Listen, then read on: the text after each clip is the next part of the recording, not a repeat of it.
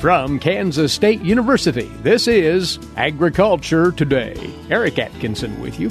And our featured guest during our first half hour from the World Wildlife Fund, Jason Clay. He presented the Henry C. Gardiner Global Food Systems Lecture last night at K-State.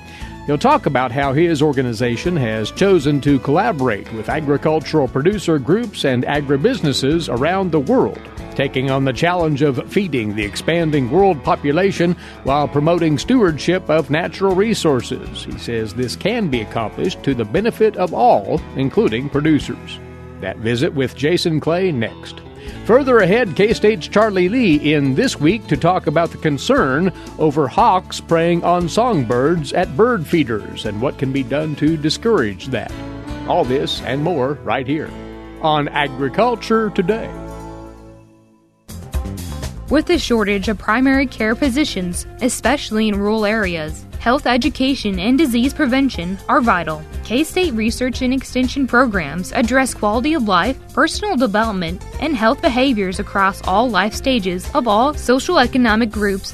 To learn more about health education, one of K-State Research and Extension's 5 grand challenges, visit www.ksre.ksu.edu. Last several days, we've been visiting about the latest presenter of the Henry C. Gardiner Global Food Systems Lecture here at K-State. He was on campus last evening to share a message on feeding the world and sustaining the planet. It's our pleasure now to welcome to the microphones the Senior Vice President for Markets and Food at the World Wildlife Fund, Jason Clay. Jason, welcome back to this region. We want to let folks know at the outset that you actually were raised just across the border in Missouri, correct? I was. I grew up in a little town northeast of St. Joe, Missouri, and my first memories of driving across the river to Kansas must have been when I was about 16 or 18, going for 3-2 beer. Back in the day. Back in the day. So that just kind of dates it a little bit. Right. You actually, though, were raised in a family farm environment. Is that correct? Yeah, we had a very small farm. It's a farm that existed for about 100 years up to that point, and then after CRP came in, it was a farm no more because all the land was signed up for CRP. It was highly erodible, was not viable, a little less than a quarter of a section, and there were 8 kids. In a 4-room house. I actually slept on a screened-in porch, winter and summer, without any glass, without any protection. We'd heat up in the winter a old iron and put it inside a sock, and I would take that to bed with me to create enough of a pocket of warmth. And so that was my life for 15 years. I hunted from the age of 7 for game and fished, and we had our own garden, about 1.5 acres of garden. We pretty much produced everything that we ate, including grapes and apples and honey and all kinds of things. It was a great place to grow up. Then when I was 15, my father was killed in an accident on the farm, and so I had to run the farm as the oldest son at that point. And so then farming became a bit different. It was much harder. And so by the time I got ready to go to college, I was looking for pretty much anything I could do that wasn't related to farming. And my options were go to the Air Force Academy, go play football at Nebraska, or go to Harvard on a scholarship. And the community was pretty much divided in two as to whether I should go to the Air Force Academy or play football. So you chose the third option. It was the only one that didn't require anything. The Air Force Academy required 5 years afterwards. Nebraska, if you got hurt, you lost your scholarship. So that was that. It was pretty straightforward, economic or financial. Eventually, everything I chose to do pointed me towards a career in anthropology. And I ended up living in southern Arkansas and working on a dig on an Indian mounds there, and saw how different agriculture was from Missouri. And they're states right next to each other, but they had shotgun houses and they had tenants and they had sharecroppers. We didn't have any of that stuff in northwest Missouri. So to me, that was a whole different world. So I kind of put that away, and then I went the next summer to southern Mexico in Chiapas and lived with an Indian community and had to learn to speak some Mayan languages as well as Spanish, and saw that they were also farmers. In fact, they were planting corn using these gadgets you carried in your hands and you hit against your leg to plant the corn. At the end of the summer, I went home and saw one hanging up in our barn. I had no idea what it was before I'd actually been there. And then I started working with small farmers in northeast of Brazil and went to graduate school, did work in economics and history and farming. And, I was trained to be a teacher, but knew I didn't really want to teach because to me, life's interesting when you're learning. And teaching, it seemed to me that, especially for junior professors, you kind of have to teach the courses nobody else wants to. And you have to do it for about 7 years, which seemed like a long time at that point. So I worked in the USDA on loan to AID during the Carter administration. And then I taught at Harvard and ended up working for a human rights group and ended up working mostly on indigenous people around the world, but also refugees, famine victims. Turned out all the indigenous people, all the refugees, all the famine victims were farmers. So I had a lot in common with them, and I knew how to talk to them, and I knew how to find out what was actually happening in their lives. They trusted me because I was asking the right questions. Mm-hmm. And you had a worldly view at that point. Yeah. And so I did that for a while and basically became a world's expert in how many body bags you needed in a refugee camp. How many people were going to die before they went home. And basically that wasn't something you really want to be good at.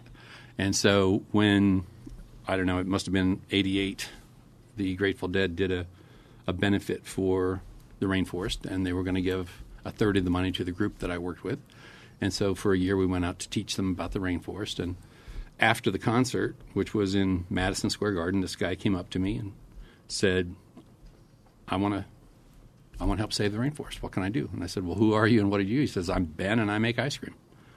And I said, like Ben and Jerry's Ben? And he said, yep. And so we ended up making Rainforest Crunch, which used Brazil nuts from the rainforest and cashew nuts from replanted areas, and I created a trading program to buy and sell these products from local communities and set up processing plants and ways that communities around not just the Amazon but also in Africa and Southeast Asia could actually tap into markets in the U.S. and Europe and sell their products and actually defend themselves. Because from my point of view, it was how can I help these groups protect themselves rather than coming in and paying for lawyers to defend them. They could defend themselves. They could hire their own lawyers. And so that's what we did. So at what point did you make the transition to the World Wildlife Fund? So I was creating markets for Brazil nuts and other forest products, and I could prove that the forest was worth 6 times more as a forest than if you actually cleared the trees and planted soybeans or raised cattle. The problem is the people who were raising cattle and soybeans didn't care about the value of the forest. And so it seemed to me that pursuing that strategy was going to lose every time because the people with power wanted to farm. And so World Wildlife Fund brought me in to help them understand how to focus on commodities and threats and drivers of deforestation. Because at some point, what the organization realized is that if we don't get where and how we produce food right, we're not going to have a planet. Is that the basic mission of the World Wildlife Fund? Is biodiversity conservation, ecosystem services, natural habitat.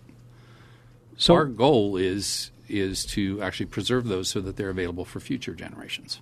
And we know that if it comes down to a choice of cutting a tree or feeding a child, the child's going to win every time. And so we've got to come up with better choices. And we need to do it now so that we're not in the middle of a crisis when we're trying to figure out answers. And we want to talk about the considerable engagement that you've been involved in roundtables that have approached this topic. Your presentation at the Henry C. Gardiner Lecture, Feeding the World, Sustaining the Planet, you obviously view those as compatible objectives. Absolutely. Right. I mean, I think they are compatible. They're potentially compatible, and they have to be compatible. Any other choice is unacceptable. So what it means is, if you just look at the numbers going forward, by 2050, we're going to have to produce as much food as we have in the last 8,000 years. It means we're going to have to basically double the amount of food that we have today if business as usual continues. So if we waste the same amount, if we use the same amount of food, if we produce, with genetics and everything the same, if it doesn't get better, we're going to have to produce twice as much. Now, we think there are plenty of ways that you can produce twice as much with the same amount of land and the same amount of water and the same amount of labor or even less, but we've got to work to make those things happen. since you opened that door, what are some of those keys then, or the things that at least the fund? So I think there's kind of four ways we do it. One is around productivity, and that means building soil, using genetics. Another is around efficiency, which is how we use water, how efficiently we use water. Today, it takes about 1 liter of water to produce 1 calorie of food. Well, going forward, we're going to need to produce 2 calories of food with half a liter. That's what getting to 2050 is actually going to mean without using more water. So how do we do that with fertilizer and pesticides and all those things? How can we do more with less? How do we intensify but do it sustainably? That's the real challenge today. Sustainability and defining it is an elusive thing, though, is it not? Right, and I think it's elusive for lots of reasons, but one reason that it's elusive is because whatever is sustainable today won't be tomorrow, and that won't be the day after, because it's all about continuous improvement, and you either get better or you get left behind in the global markets that we have, and also in the demand that's being created by an increasingly wealthy global population. Mm-hmm. The projections by 2050 are that the average person will make 2.9 times as much money. Now, that doesn't mean you and me sitting here in North America or somebody in Europe is going to make 2.9, but it's when Africa and Latin America and Asia starts coming online with development. And when those populations get more affluent, they're going to eat better, they're going to eat more, they're going to eat more animal protein, they're going to eat more fresh fruits and vegetables, they're going to eat things like that. Jason, we want to get into some of the dialogue that's been going on with the World Wildlife Fund and agricultural groups and otherwise with you as a major part of this initiative. We need to take a break, if you'd stand by for just a moment here.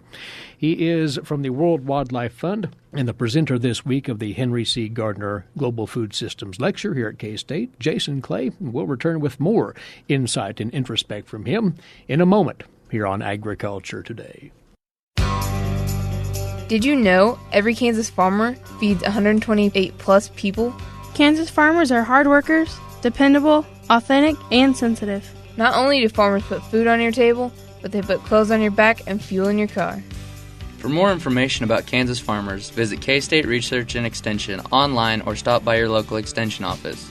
This message has been brought to you by the K-State Animal Sciences Leadership Academy participants.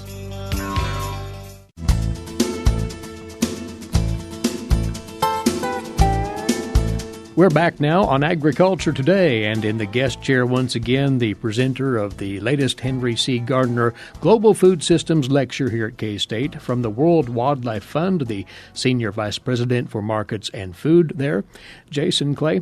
Jason, we were just getting into some of the particulars of sustainability in food production and saving the planet, which was the orientation of your lecture here at K-State last evening.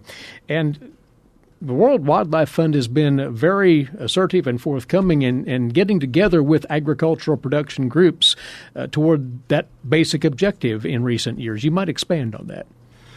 We've come to believe as an organization that anything we do around protecting biodiversity, helping endangered species survive, or even creating national parks or protected areas will all be undone if we don't figure out how to produce more food in better ways. Because that's going to be the biggest threat to biodiversity on the planet. In fact, the biggest threat is agricultural sprawl.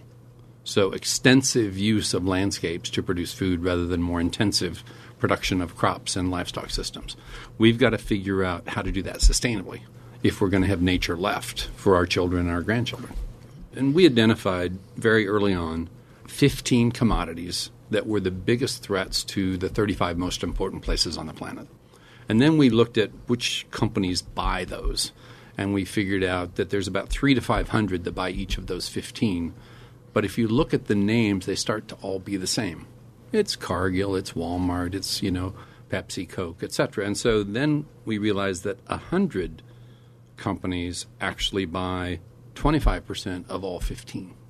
And we could actually work with 100 companies. That was our premise. We could work with them to help them drive their sourcing decisions towards more sustainability. But in order to do that, we had to all agree on what sustainability meant, or what something that was more sustainable meant. And that's when we created these multi-stakeholder groups. Now, we invited the willing. the people who actually wanted to be there, participate, and have their input heard. So it was producers and producer associations, it was traders, it was retailers, it was brands, it was NGOs, it was academics and researchers and others, it was government officials in some cases. And we all came together using science as our guide and agreed on what the 6 or 8 most important impacts were for each of the commodities in question. So then we developed principles and criteria and indicators and then an actual performance level that would make you more sustainable. A principle would be something like use resources sustainably. And a criteria would be water. And then an indicator would be how many liters of water per calorie or per ounce of cotton or whatever the commodity was. And then the standard would be what was the range that would be acceptable given where you lived and how much water available there was and all that kind of stuff. So that it was very, very straightforward. The larger groups decided and agreed on and built consensus about what the key impacts were and the principles and the criteria.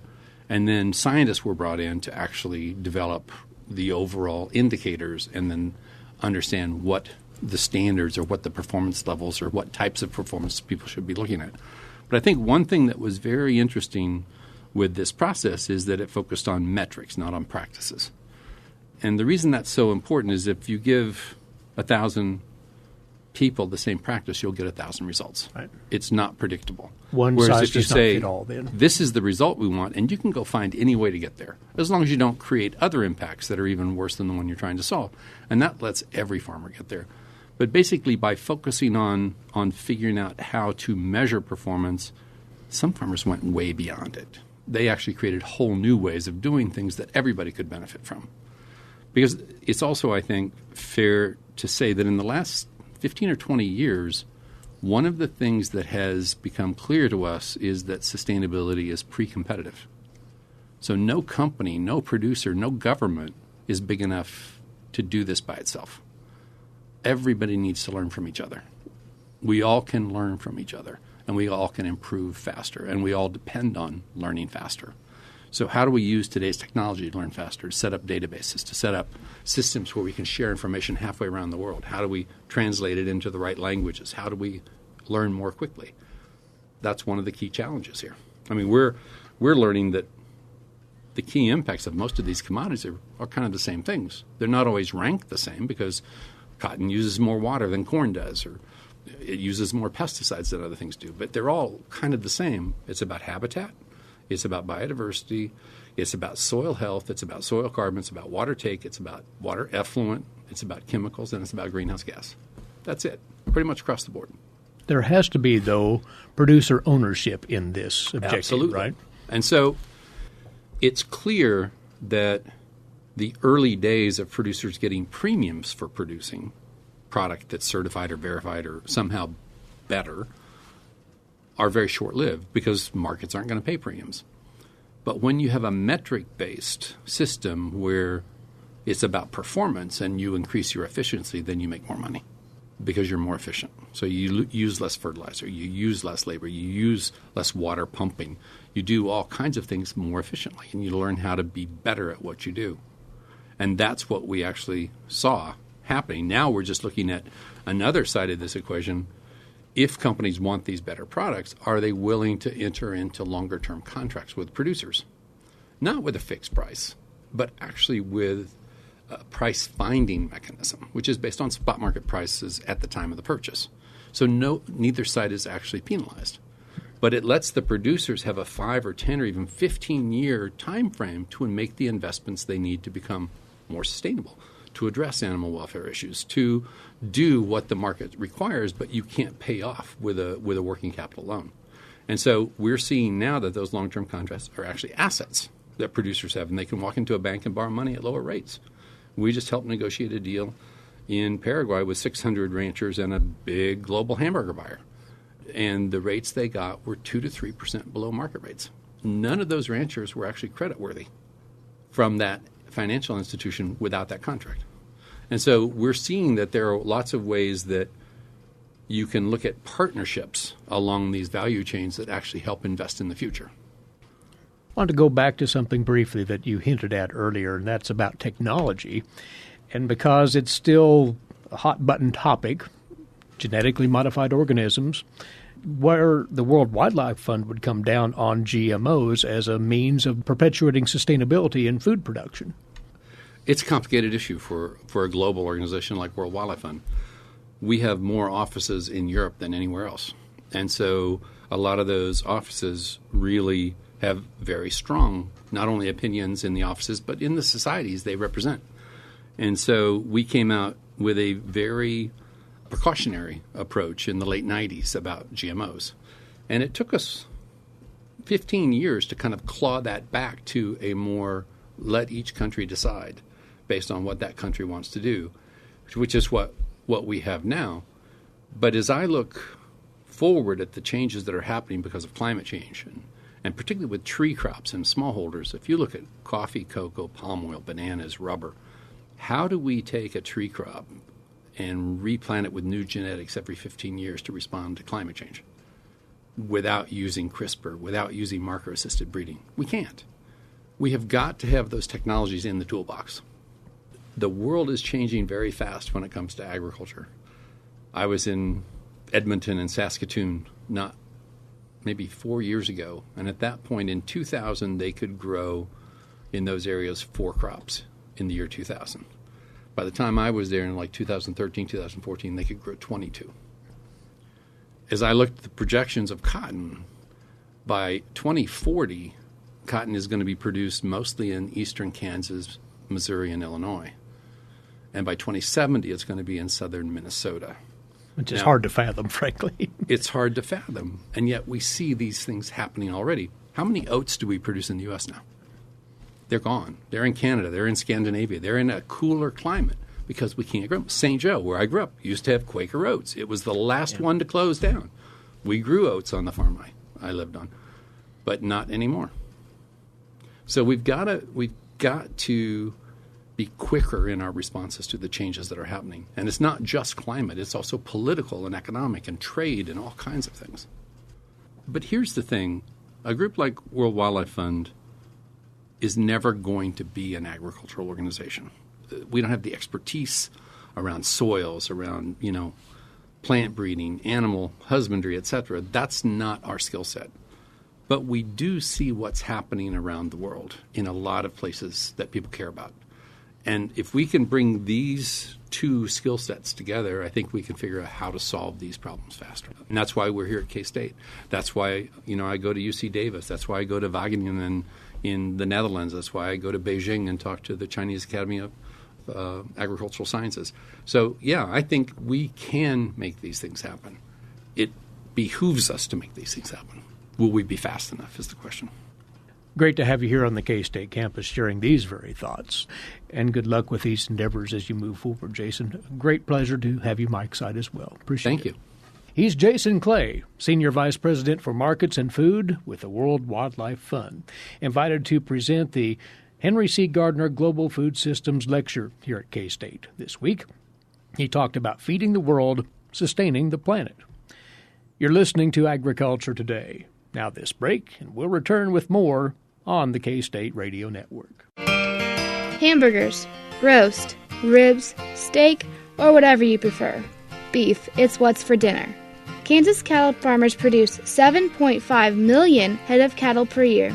It takes about 7 tablespoons of peanut butter to get the same amount of protein in 1 serving of lean beef. Support your local Kansas farmers and ranchers. Eat beef. This message was brought to you by the K-State Animal Sciences Leadership Academy participants.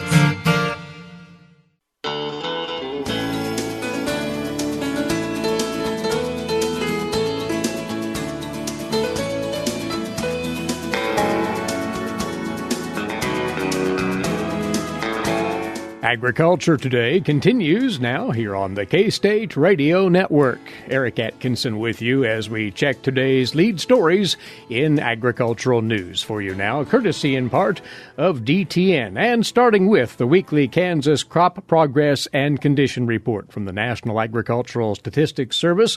And for the week ending this past Sunday, the topsoil moisture ratings around the state are at 1% surplus, 51% adequate, and 48% short to very short. We do need rain. And the subsoil moisture, 2% surplus, 55% adequate, and 43% short to very short now.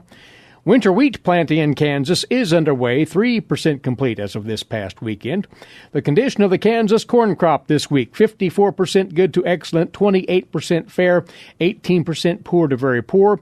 Corn in the dough stage, 97% in the dent at 84% this week, and corn now matured at 45%. The condition of the soybean crop in the state is rated this week at 49% good to excellent, 35% fair, and 16% poor to very poor.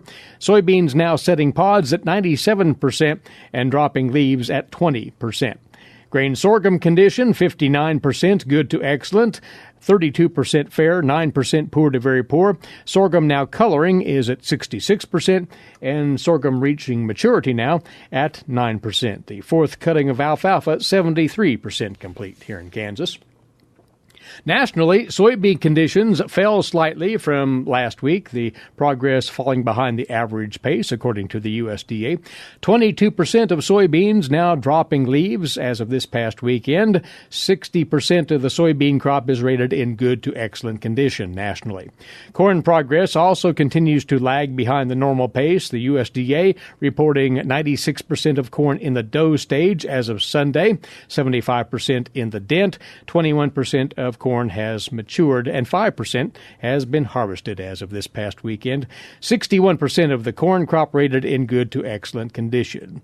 And 5% of the winter wheat crop has been planted as of this past Sunday. That's even with a year ago, below the 5-year average of 6% planted. Montana and the Pacific Northwest winter wheat growers are hoping much-needed rain will fall this month to establish those crops being planted at this time in those extraordinarily dry conditions. In that region, we've more from the USDA's Rod Bain.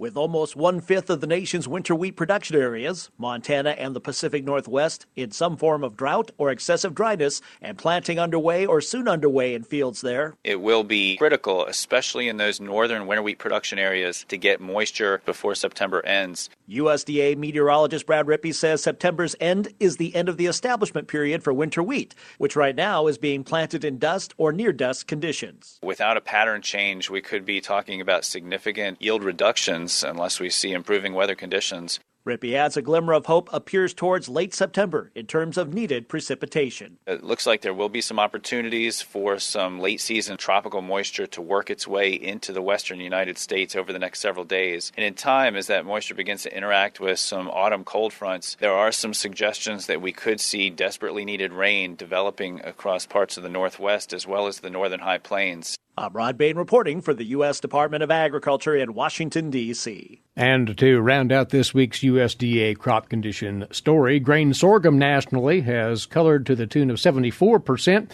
Sorghum harvest 24% complete, and the condition of the grain sorghum crop rising from last week up to 66% now, good to excellent. In other headlines today, President Trump's proposal to have the U.S. withdraw from the South Korea-U.S. Free Trade Agreement is on hold for now. The White House announced last Friday that the president had instructed White House staff to prepare a letter to withdraw from KORUS, as it's known for short. The possibility of such a withdrawal a major concern to agriculture and business, also with national security experts during a time of increasing tensions over the crisis with North Korea's nuclear weapons. South Korea is the sixth largest export market for U.S. agriculture, significant for U.S. beef, pork, corn, soybean, and wheat exports. withdrawing from chorus met with strong opposition from agriculture, business, and congressional leaders. The North American Meat Institute sent a letter to Congress urging members to contact the administration and ask that the U.S. not withdraw from the agreement. And the American Soybean Association reminded President Trump that if the U.S. withdraws from chorus, tariffs will be reinstated and the U.S. will not be the only supplier in the world and will find it difficult to be competitive. Next up, this week's edition of Milk Lines. Here's K-State dairy specialist Mike Brouk. Mike? Today I'd like to talk with our Kansas dairy farmers concerning late summer lameness and early fall lameness in their dairy herds.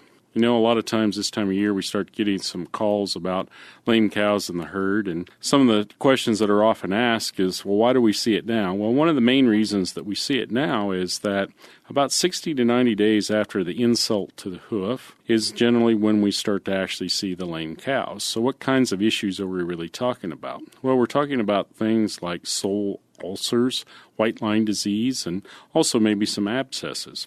So why do we see them now? Well, let's think about what the animals have been through the last 2 to 3 months. Number one, they've been through a lot of heat stress. Heat stress generally causes some issues with blood flow to the hooves and can increase the amount of time that cows spend standing in wet areas. This will make the hoof softer and more subject to injury. Also, another thing that happens is subacute rumen acidosis. This is brought on many times by the fact that in hot weather, animals tend to sort at the bunk more. In other words, they eat less of the long fiber that we have in the diet, the hay and other long sources of forages, and they tend to eat a higher percentage of their diet as concentrate or grain. As a result of this, there's a change in rumen pH, and this brings along changes in blood flow to the hooves and other extremities. So, what are the solutions to the issues that you might be facing? Well, a lot of times when we start to see lame cows, producers, first thing they think about, well, we need to make sure we get the foot baths out there. Well, that can maybe help a little, but it's not going to probably solve the problems that you have. You probably actually really need to have your hoof trimmer come out and take a look at your herd and trim those animals that are showing signs of lameness. And again, when the hoof trimmer's there, you probably need to visit with them as to what sorts of things are they seeing as they trim the animals. If they're seeing a lot of evidence of issues with heat stress, you need to think about your heat abatement system for next summer. Now, another thing we sometimes see at this time of year is an increase in the number of animals with hairy warts. Again, foot baths may be helpful in helping alleviate some of that, but treatment is really probably needed for that as well. That's another thing your hoof trimmer can help you with when they visit the farm to do maintenance trimming and take a look at the animals that are actually showing signs of lameness. This is Mike Brouk with K-State Research and Extension, encouraging our dairy farmers to take a look at the lameness incidences in their herd and evaluate their cow cooling systems. Thanks, Mike. And this is Agriculture Today. While many people know hunger is an issue in developing countries, it is also a problem in our own backyards. In 2010, 1 in 7 Kansans struggled to put adequate food on the table. 2 K-State Research and Extension programs are tackling this problem. The Family Nutrition Program and Expanded Food and Nutrition Education Program reach thousands of Kansans in more than 70 counties. They learn how to eat healthy with a low budget. For more information about these programs, visit ksre.ksu.edu.